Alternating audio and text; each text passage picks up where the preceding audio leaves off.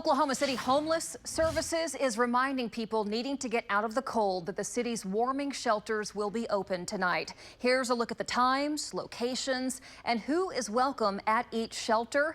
Embark says it will offer shelter rides as well.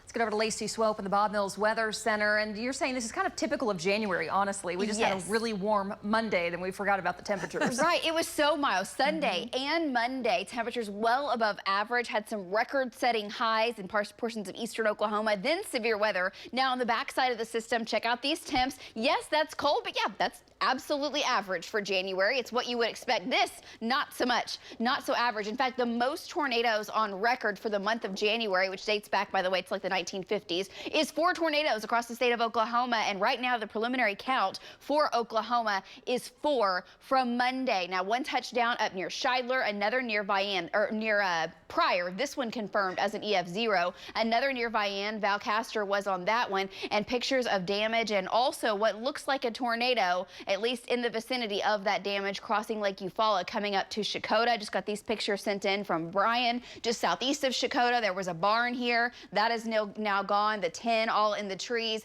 Also, large tree blown over there. So crews are still surveying to confirm that this was from a tornado, and we'll keep you updated on that count as we go through the next several days. What a wild start to the year. Now, that line of storms is off to the east. You can see the severe weather ongoing through Florida, through Georgia, up into the Carolinas. A tornado watch, snow flying across the northern plains. We've had some snow above our heads. It's not really reaching the surface, but we've had some flurries in the clouds across Oklahoma and a lot of water, heavy rain. This is big time flooding going on in California, where the drought has been the story over the last several years. There's a closer look at the storms. They are severe. We have severe thunderstorm warnings and actually a tornado warning just to the south and to the west of Columbia.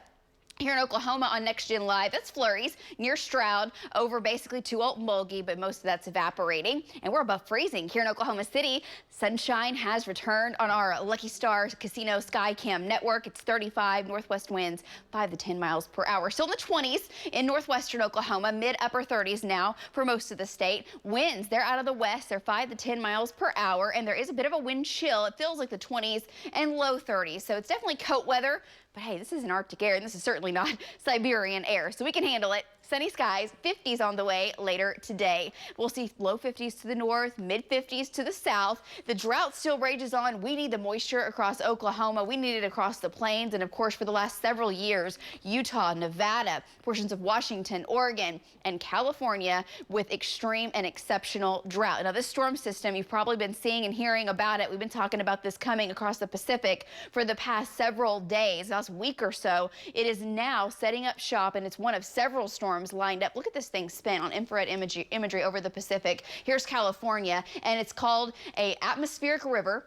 Sets up and moisture just plunges in over the coastal areas, dumping heavy snow in the mountains, flooding rain in the valleys. By the way, it's called the Pineapple Express because that moisture fetch comes from the Hawaiian area. Yeah, didn't make that up. There's heavy rain ongoing in Northern California. Some areas will have over 12 inches of rain. Could be life-threatening flooding and mudslides expected. That's not counting the snow. But for Oklahoma, taking you now all the way through January 11th through Wednesday, we look mostly dry. Now, there will be a chance of rain into portions of eastern Oklahoma Thursday, putting a chance in for the metro on Thursday of next week. But for right now, that is a slight chance. There goes the storm that brought us our severe weather. It's pulling away. We have a chance to warm it up into your Friday before the cold front arrives. Slight chance of rain late Friday, cooler for your weekend, but still nice.